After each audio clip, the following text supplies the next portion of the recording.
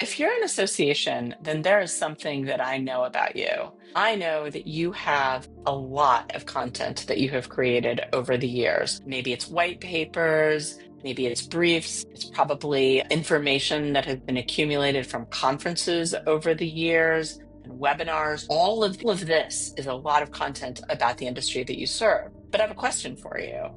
If somebody goes into Perplexity or ChatGPT and asks a question that your content answers, are they going to find that content and or know about you as an association? So the answer to that question is in the practice of generative AI optimization, and that's what my colleague Laura Mayer and I are going to chat about today. So let's talk about what is generative AI optimization and why it matters. So at the highest level, what is generative AI optimization? It is optimizing your site to make it as searchable as possible by a generative AI agent, such as the ones that we discussed. And it's something that's becoming increasingly essential as we advance into sort of this new AI era. So, Laura, you and I did a more in-depth video at the beginning of the month that was sort of general, this big picture video about what is generative AI optimization and why does it matter. But now we're going to talk specifically about the needs of associations and take this information for them. So why does it matter for associations? The most important thing I think that I would say here is associations always carry a heavy burden, right? They're not just representing their organization, they're representing an entire industry, and they answer questions on an industry level. And so that's why, if anybody really needs to understand this, it is associations. Yeah, I would agree with that totally. I think with associations, especially, right, the purpose of the association is often how you want to be an authority, right? You want to be seen as an authority, and you want to provide useful information to your members who are part of your association. So it often does have a lot of content, but if it's not structured in such a way and prepared in such a way in its back end and its code and its the things that humans do not see, then from a generative AI's perspective, if they can't find that information and organize it and parse it effectively, you're not going to show up as part of the results or part of the answer or part of the summary that generative AI platform is answering. Yeah, that's a great point. So let's go a little further into what you were just talking about what are those things over and above perhaps what you would need to do for search engine optimization, to really make sure that your association site is findable by these generative AI agents. Yeah. So, well, ideally, when you're building a site fresh from the start and adding content, you know to do it right properly off the bat. You're adding schema, all the appropriate schemas. You're being very purposeful and mindful of how you're organizing your heading settings and the metadata you're including. Sadly, many, and this is an evolving field, right? So for associations that have been around a while, like more than a year or two, 5, 10, 15, 20, you've got a lot of great content but that was put into your whatever your content management system is long before stuff like this was important or even thought of. So that's the tricky part, is balancing that, identifying that valuable content and then allocating resources to optimize it and weighing the benefit of Yeah. that.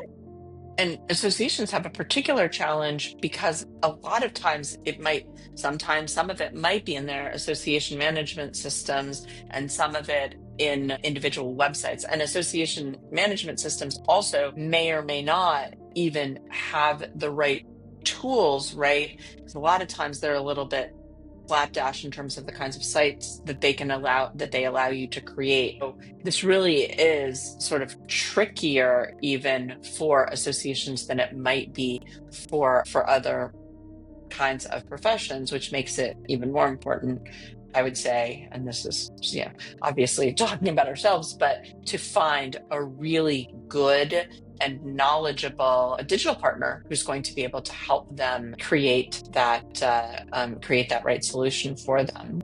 Yeah, that strategy. I think we had a similar discussion with someone, another just the other day regarding they have so many third-party systems that click into their overall website, and some of the information's on the website, some of the information is in one platform, another's in another. Gated, how do you, so it can be a great big tangle. And from a strategy perspective, it really behooves an organization, if they've been around a while and they have a lot of content in their system already, to sit down and take a very thorough strategic look at going forward, how to spend their resource dollars to best either try and hobble and fix those systems and that information so that the site is structured more clearly, so that generative AI platforms can go through that information and understand it better, or to simply rebuild. Like, sometimes that's the answer. If it's too many Yeah. systems, many different things, it might just be better to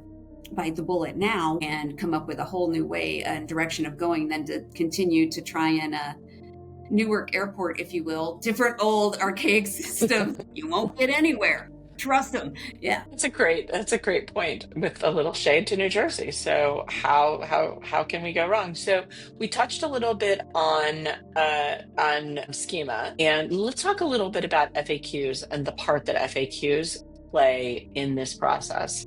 Mhm. So I think for associations, the concept of FAQs, and we're not talking about the frequently asked questions of just like, this is for open, and we're talking about, in its technical sense, answering questions that your users are asking. And associations, isn't that your goal, right? You're an Mhm. industry leader, you're the place, you're the hub people should come to for answers. So it makes a lot of sense for, on your pages of content, that you include somewhere, could be in an accordion, a little tab at the bottom, answers to those questions that your people are asking. Right, absolutely. Or that people are asking about your industry. And Yes. I think one thing, to say, because we're calling it FAQs, and people, I think, have this idea of FAQ. Yes, of course, the FAQ page, but that's not even what we're talking about here. We're talking about having on every page questions and answers so that you are contextualizing the information that you're sharing in that form. So not an isolated FAQ page, but really spreading out questions and answers. Yeah.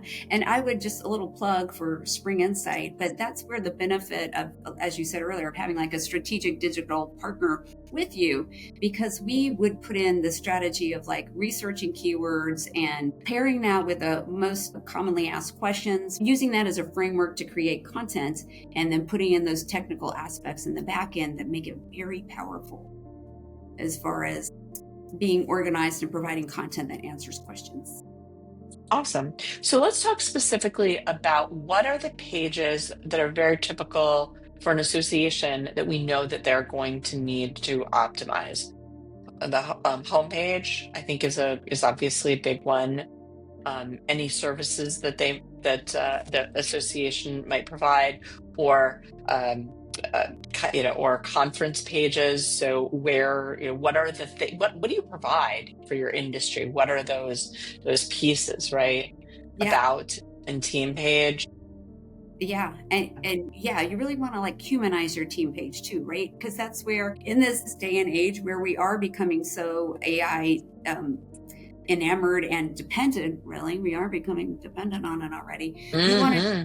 still have humans, and they're still human beings with human qualities. So that's a great place to do that too. Absolutely. And I would argue the most important is the blog and educational content, right? Because that's the meat of the information that you have. Figuring out, that's the meat of the information. That's the stuff that you really, where you are the answer to the questions that that they're asking. And then finally, menus and service listings, right? So Mm, anywhere where there's sort of these navigational pieces that help people find where to go, right? definitely. So, I mean, I think one of the areas that we want to make sure with all of the individuals' videos that we're doing that we discuss is risks and reminders of this strategy. Mhm. We've been recording videos all month about general AI optimization. So I would say that it is fair to say that we have drunk the proverbial Kool-Aid on this. We are adopters of it. It is technology that we use quite a bit, and we do believe that organizations who want to continue to grow and thrive into this new ecosystem need to adopt this. But you also have to understand that there are risks. And one of the risks that we've talked about in this, and that I always want to mention, is that generative AI is not very generous. It is not a generous partner. It is not taking your data, looking at your data, and then singing your praises by definition. What we know is that it is very good at taking data, looking at data, not necessarily crediting the creator of that data. That's kind of famously so. Mhm. Um, what we have sort of decided, what we've decided amongst our team is, look, as frustrating as that can be, being left out of the conversation completely is the other side of that reality. Right, absolutely. Yeah. So as much as we sort of recognize the risk, our thought is, well, it's sort of better than, the alternative, which is being thought about completely. And one of the other interesting things about generative AI optimization, and this just as a reminder, is that it emerges it changes every single day. Its capabilities change every single day, and its presence in the marketplace. And so what that means is, there's no real way to measure success. There's no, we don't have the same tools that we have in other forms of marketing that have come up and been around for so long. So, Laura, any other thoughts that you want to share with our association friends? Yes, I would say that there really aren't any downsides to preparing your content and structuring it in the ways that we've been talking about it, because ultimately it just makes it better for your end user. So it's just better for the people that are actually coming to your site and looking for whatever they're looking for. Thank you, Laura. This has been a pleasure as always. And for anybody who's watching, I hope that this was beneficial to you. If you find any of the information useful, I hope you will like this video and subscribe to our channel. And if this is something that you would like to investigate further for your association or for whatever business you have, please go to our website, springinsight.com. It's in the description, and sign up for a consultation. Take care.